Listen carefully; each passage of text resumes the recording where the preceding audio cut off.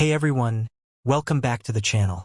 Today we're diving into some of the most bizarre, audacious, and downright strange military operations of World War II. We're not talking about your typical D-Day landings or Battle of the Bulge here. No, we're going deep into the weird stuff. The operations that sound so ridiculous you'd think they came from a rejected James Bond script. And speaking of James Bond, funny you should mention that, because one of the operations we're covering today was actually conceived by Ian Fleming himself. Yes, that Ian Fleming. The creator of 007 apparently had some wild ideas long before he started writing about martinis and Aston Martins.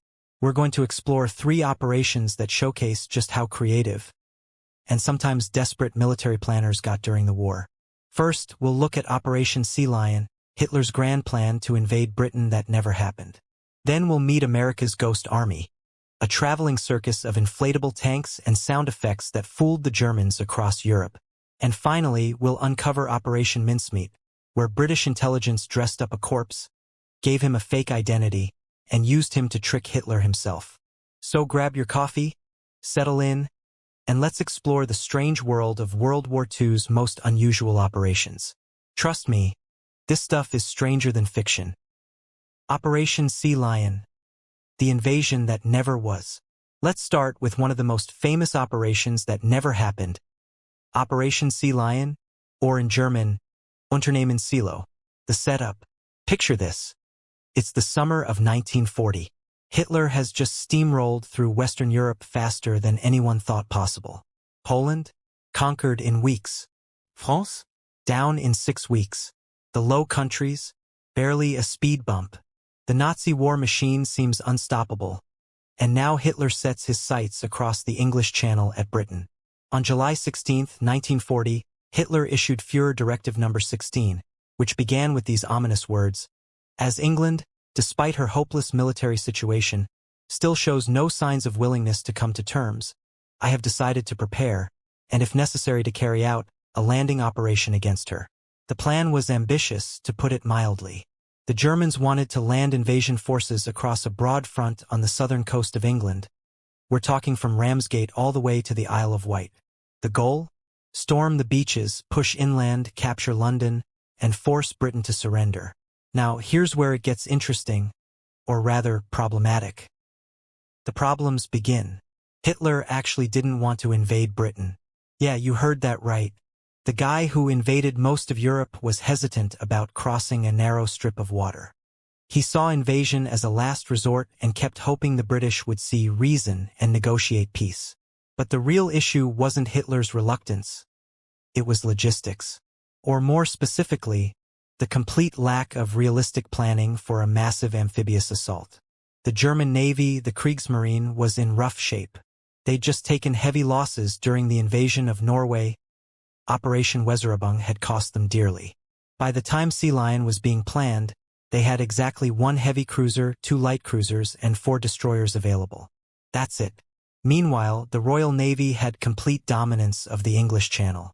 Admiral Erich Raeder, commander of the Kriegsmarine, was about as enthusiastic about Sea Lion as a cat is about taking a bath.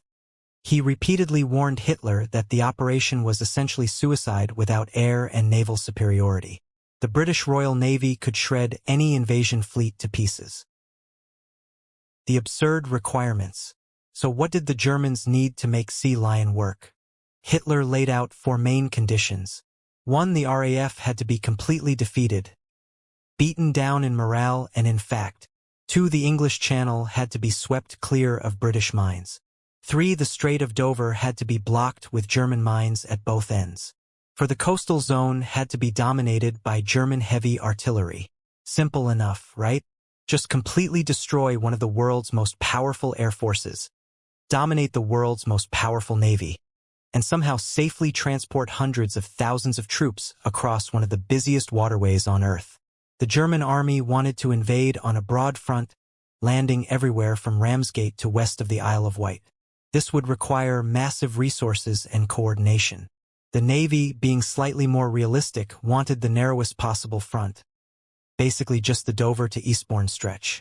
General Franz Halder, the German Army Chief of Staff, famously responded to the Navy's narrow front proposal by saying, "From the Army's point of view, I regard it as complete suicide. I might just as well put the troops that have landed straight through the sausage machine. And this was their own plan he was criticizing. The preparations. Despite all the doubts, the Germans did actually prepare for the invasion. They assembled over 2,000 vessels, barges, tugs, trawlers, fishing boats, anything that could float. They trained troops in amphibious assaults.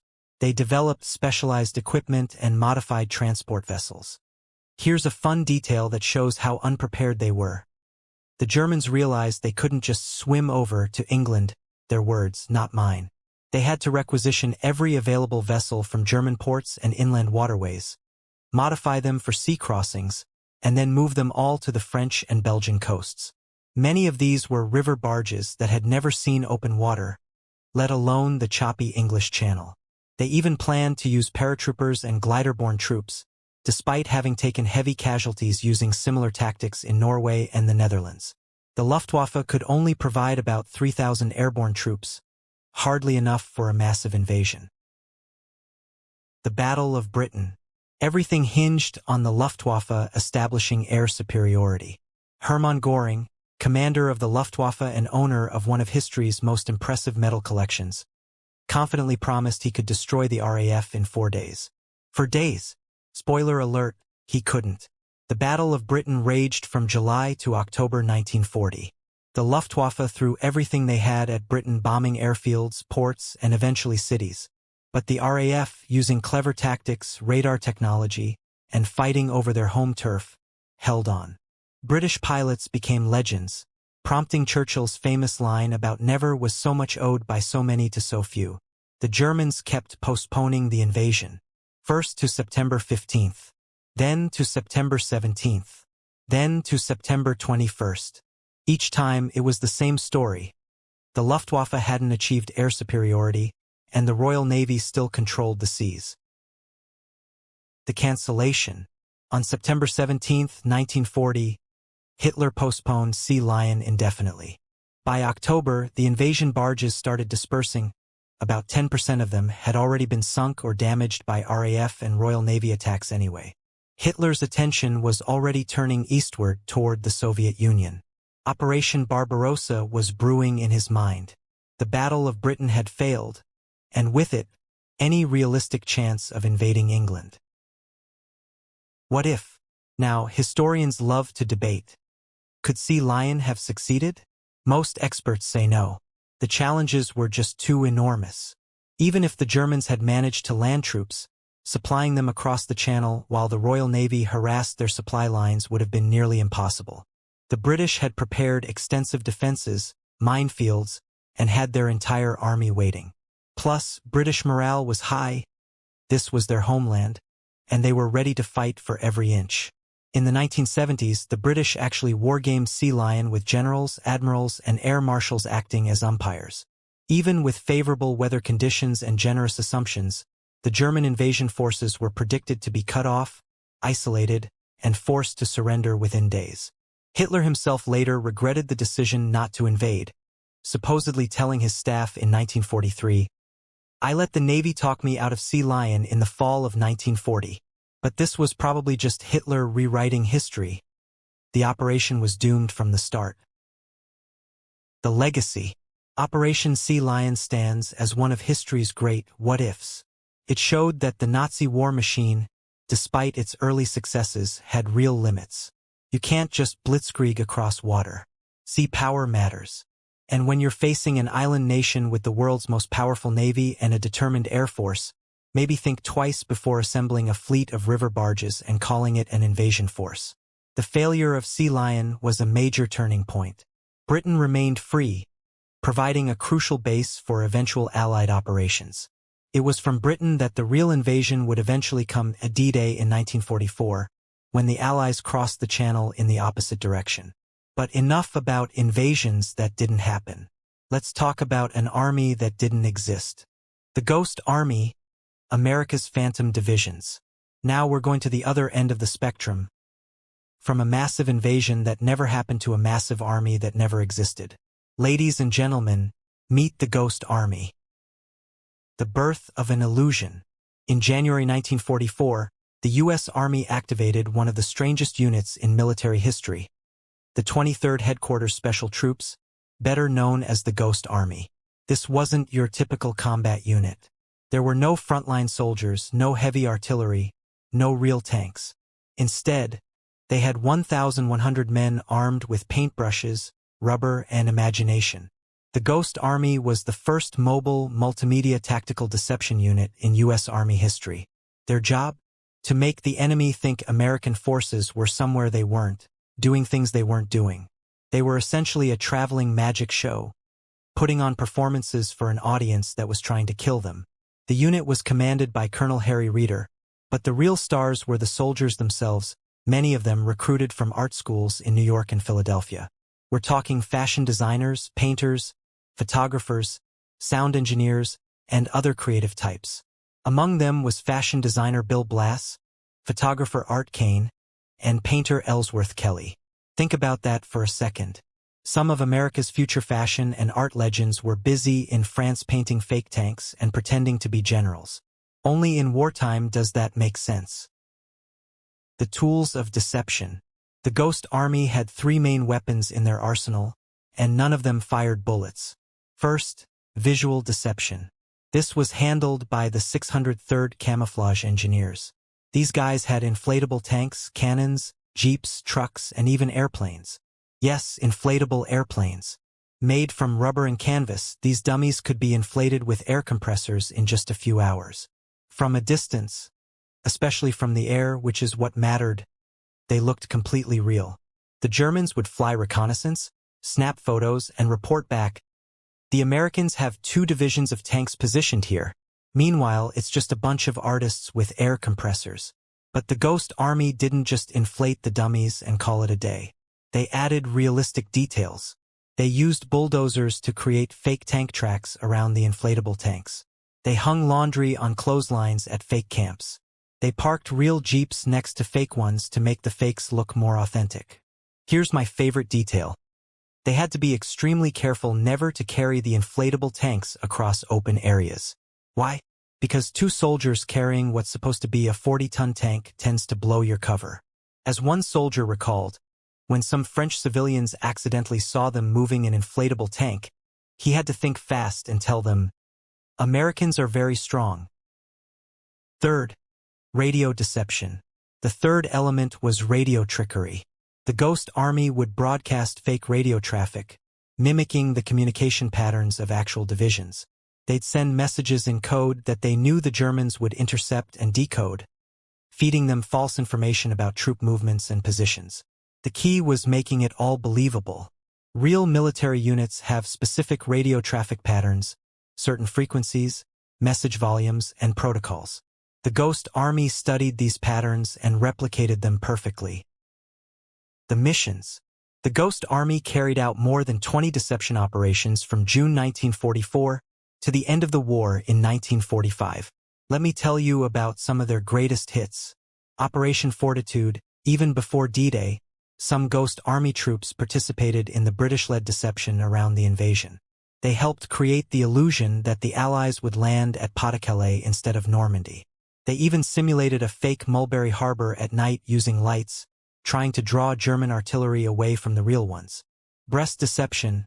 The Ghost Army helped tie up German defenders at the port of Brest by making them think they were facing a much larger force than was actually encircling them.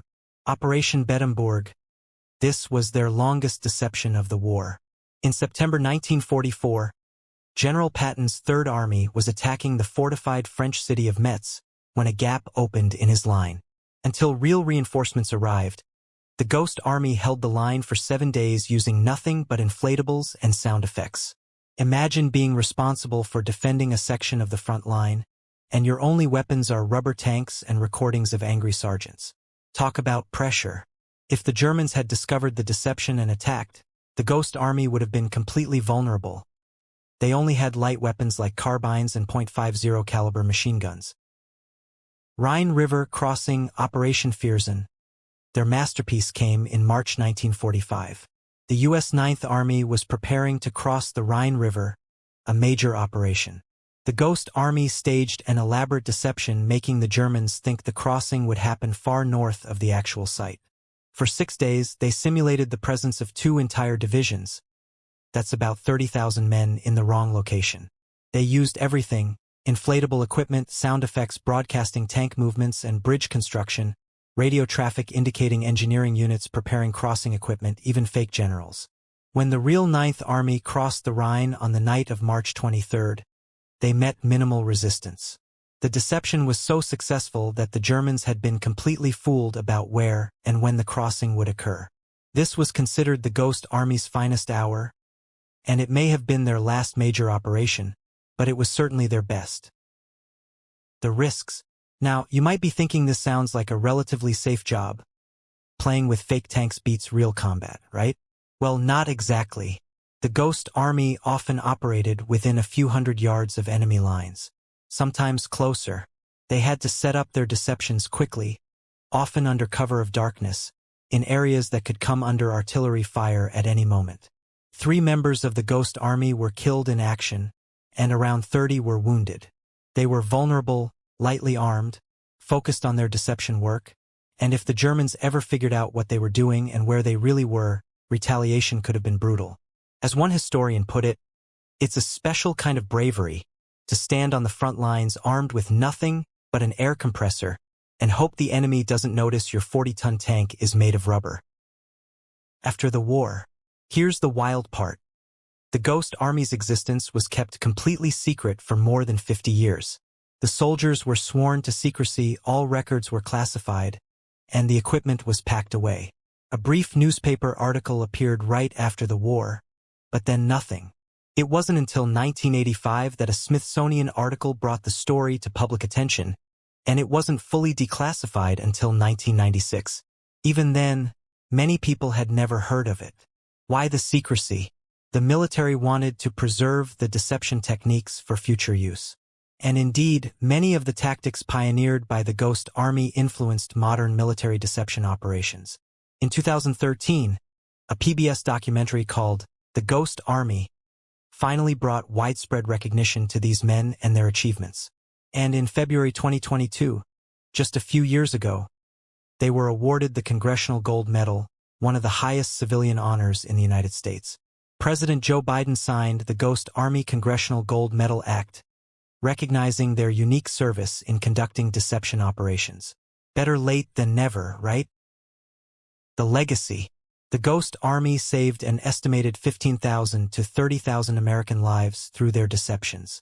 By drawing enemy forces away from real attacks, tying up defenders with phantom threats, and generally confusing German intelligence, they made a real difference in the war's outcome.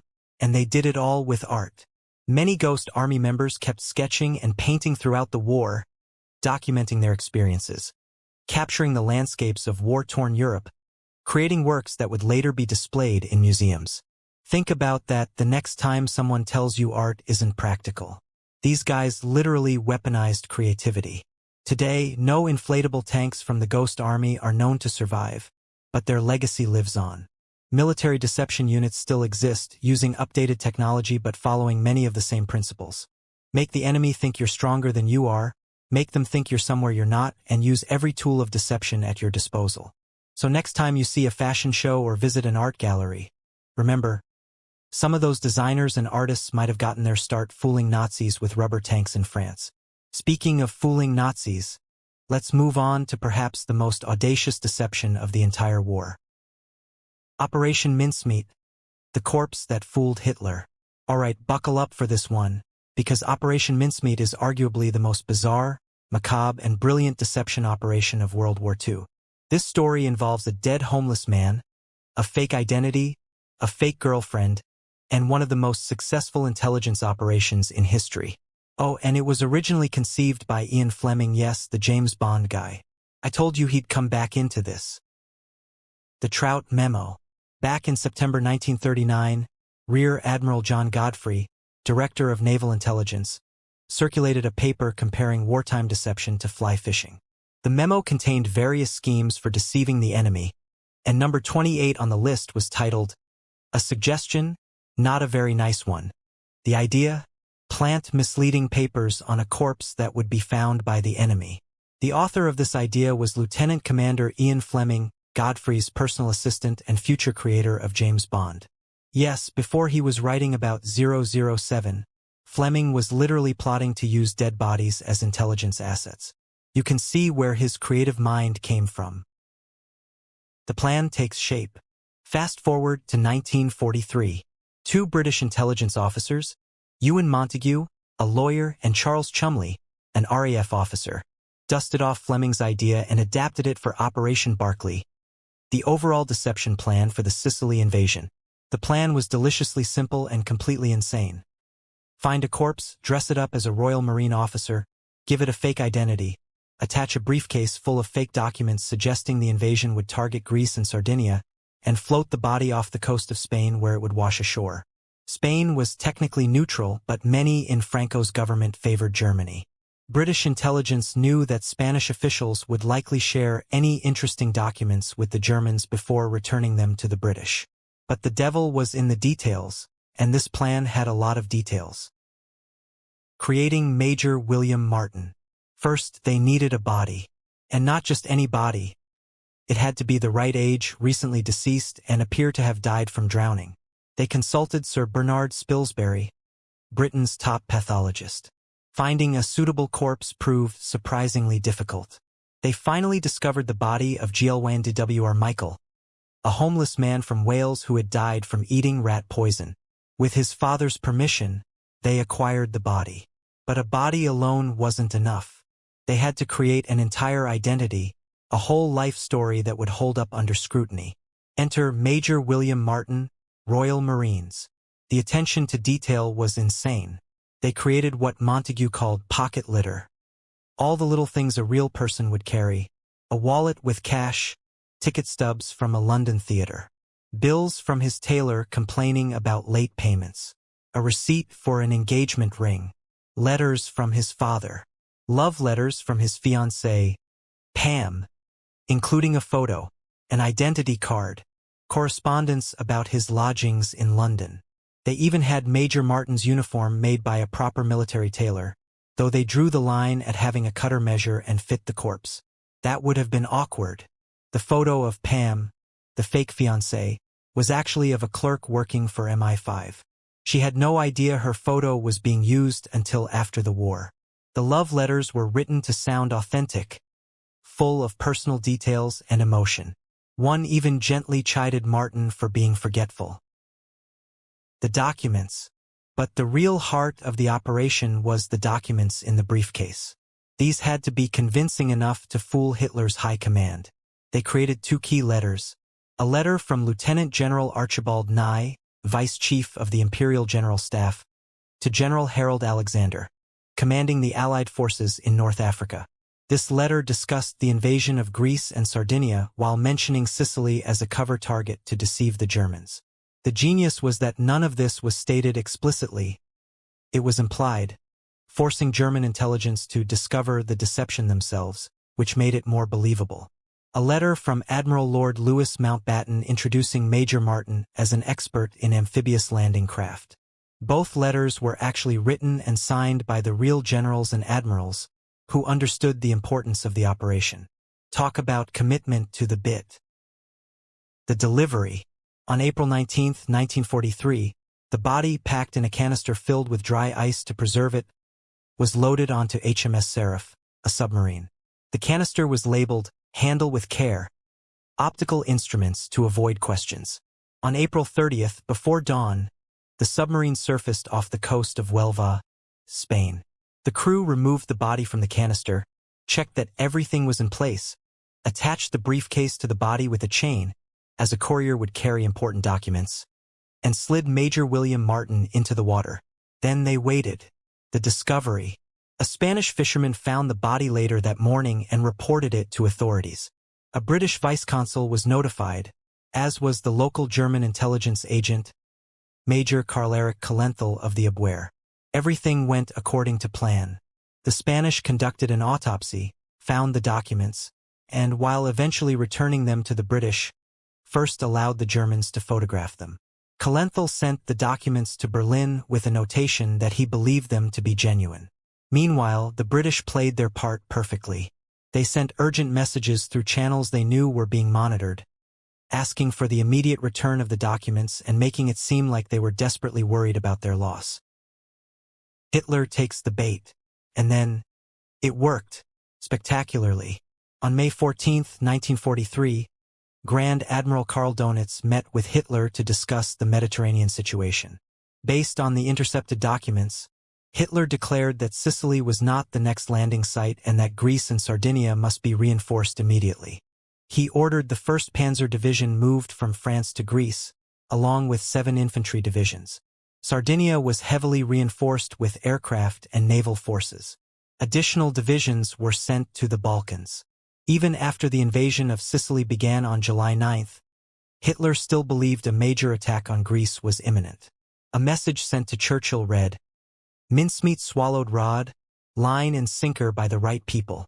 The historian Sir Michael Howard later called Operation Mincemeat, perhaps the most successful single deception operation of the entire war. The results. The Sicily invasion, Operation Husky, was significantly easier than expected. British planners had predicted 10,000 casualties in the first week. The actual number? About 1/7 of that. The Navy expected to lose 300 ships. They lost 12. Now, we can't attribute all of this success solely to mincemeat. Other factors played a role, including Hitler's natural paranoia about the Balkans and his distrust of the Italians. But there's no question that Operation Mincemeat drew significant German forces away from Sicily at a crucial time, saving countless Allied lives. The aftermath. Major William Martin was buried with full military honors at Huelva, Spain. His tombstone bore his false name and details. The operation remained secret for years after the war. In 1950, former Cabinet Minister Duff Cooper published a novel called Operation Heartbreak that used a similar plot device, which worried British intelligence. So they decided the best defense was to publish the truth, or at least some of it. Over a weekend, Ewan Montague wrote The Man Who Never Was, which was published in 1953. The book was a bestseller, selling 2 million copies. In 1956, it was adapted into a successful film starring Clifton Webb. What Montague didn't reveal was the full role of signals intelligence in confirming the operation's success, or the existence of an organized strategic deception program. And he carefully protected the identity of GLYNDWR Michael. It wasn't until decades later that Michael's true identity became public knowledge. In 1998, a postscript was added to his grave in Spain. GLYNDWR Michael served as Major William Martin RM. Finally, the man who never was got the recognition he deserved. The legacy. Operation Mincemeat has become the gold standard for deception operations. Its principles: build a believable narrative, layer it with authentic details, and play to the opponent's assumptions, remain relevant today. The operation showed that, in intelligence work, sometimes the most outlandish ideas are the most effective. Who would suspect that the British would dress up a corpse and float it across the Mediterranean? It was too crazy to be fake, which made it perfect. And it all started with Ian Fleming's idea from a memo written at the very beginning of the war. Fleming went on to create James Bond, but in some ways, Operation Mincemeat was the original Bond plot, audacious, clever, and just believable enough to work. A 2021 film, also titled Operation Mincemeat and starring Colin Firth, brought the story to a new generation. The real story is, as always, even more fascinating than the dramatization.